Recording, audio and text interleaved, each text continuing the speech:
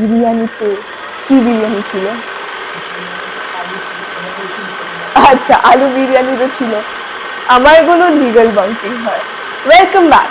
Today we are sitting with Anan Rami, who basically broke the internet at the স্কুলের কোন কথাটা সব থেকে, এটা তো একদম এইসব হবে না। হ্যাঁ, পটলের মধ্যে কোন কোন মশলা ছিল? আমাদের রান্নাঘর।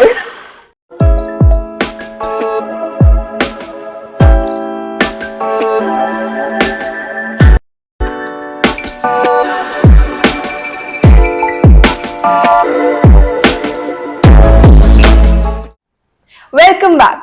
Today we are sitting with Anan Rami, who basically broke the internet at DPS Megacity by scoring a perfect 100% in ISC. Welcome, Anan. Let's get straight to the moment of truth. You open the website, you check your results. Who is the first person you tell?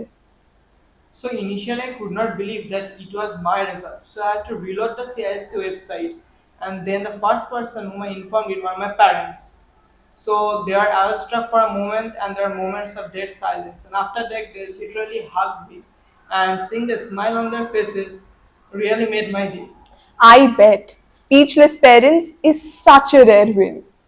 Okay, moving on to the most important question of this entire podcast: victory meal.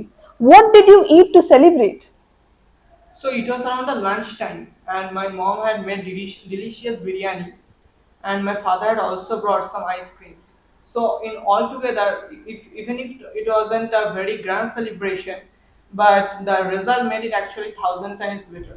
Oh, definitely. Forget all of the certificates. Give me the biryani. Mom's biryani is the ultimate trophy.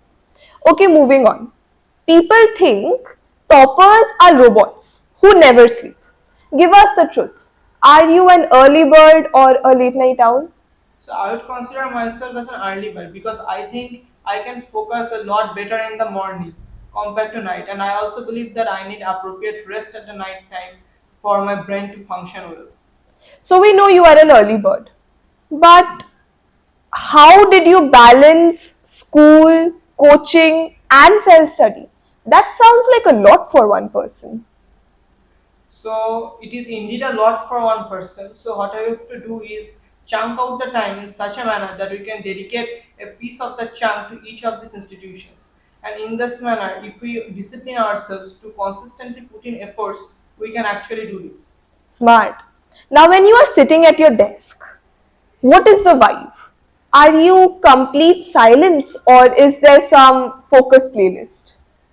So I prefer silence over focus playlist any day because I think in a silent atmosphere, actually I can reveal my focus faster for my studies. And sometimes when my mind is really fatigued, I do prefer some light music as it helps me refresh my mind. Okay, but what about the phone? How did you stop yourself from falling down a Instagram or YouTube rabbit hole? So for the most part, I used my parents' phone for any academic or online related purposes. And for the other times when I was studying, I used to keep the volume to zero and the notification silent. And in this way, I would not be distracted. And even if I need to make a call or message a friend, I would do that only in my study break, and that helped me remove this distraction. So, using parents' phone, ultimate hack to self control. Note down, everybody. Okay, moving on. We all have that one subject or that one chapter which makes us want to close the book and walk away. What was your biggest challenge? So for me, the biggest challenge was mathematics and physics. So because there's a lots of concepts and lots of formulas. So the only way to crack it is if we go by the textbook thoroughly and follow the advice of our teachers, and then we understand what to use the formulas and repeatedly solve many questions. It is the only way we can tackle such subjects. Ah, textbooks, the old school way. Clearly did work. But what did you do when your brain hit saturation, when you could not look at another equation? How did you reset and reboot yourself?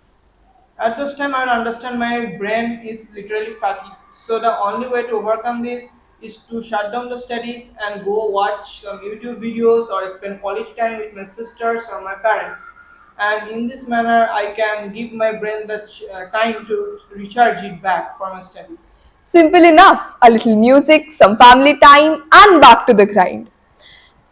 Speaking of parents, how did your family, your friends, and your teachers help you throughout those stressful weeks? So my teachers are always beside me. They were available off the school time to help me with my doubts, and they even scheduled extra online classes if I ever needed help. And my parents are my biggest supports because my father helped me in chemistry and physics at home, and my mother helped me related to biology. And so they are my keystone supports during this entire journey. Okay, speaking of teachers, was there one piece of advice or one teacher whose advice just clicked onto you and stayed with you? One of my subject teachers had once told me that we have to consistently put in efforts instead of a large amount of efforts at the last moment. So this teaching has helped me throughout this journey. That is great advice. We all have those days when things just do not go right, when everything does not go as planned. What did you do when a mock test or a practice paper did not go as you planned? So for in these cases, I would not let the failure catch up to me so soon. What I do instead is go through the paper once more and learn where I did go wrong and then rectify those mistakes by going back to the textbooks once again. And if I needed, I would clarify it from my teachers. And this approach helped me regain my confidence and it did not let the failure catch up to me. Okay, so instead of panicking, you went back to the source. Love that. Now, obviously, you've gotten incredible marks. But what did you learn about yourself in this success journey? So I learned that the worst thing that I can do is probably compare myself to others. So what I have to do instead is work consistently and put in efforts. And I also learned that I have more ability to get adapted to stressful situations than I initially thought I would have. Okay, looking back into the DPS Megacity hallways, what is one thing you are going to miss the most? Please don't tell me exams. Definitely not the exam. But the foremost thing rather that I would miss would be the jokes that I used to crack with my friends at the school, the hallways, not to miss out the funs of the lab classes, and of course the playground during the break time. These are all very memorable and fond memories. It's always the classroom jokes that stays with us. So memorable. Okay, so what is the big plan now? Where is 100% taking you? So for my future, I'm planning for NEET because I'm interested in neuroscience. So probably that would be the next step for my journey in academic career. To every student who is now looking at a pile, a mountain of homework, what is your words of wisdom? So I would say that we have to be consistent in studies and put in little amount of work every day instead of putting a lots of it at the end.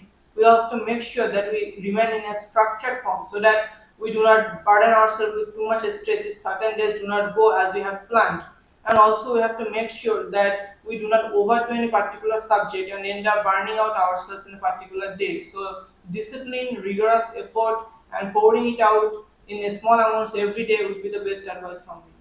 So, staying consistent. That is again 100% in real life advice right there. Thank you so much, Anand, for being so real with us today. This is from our principal ma'am to you. Thank you.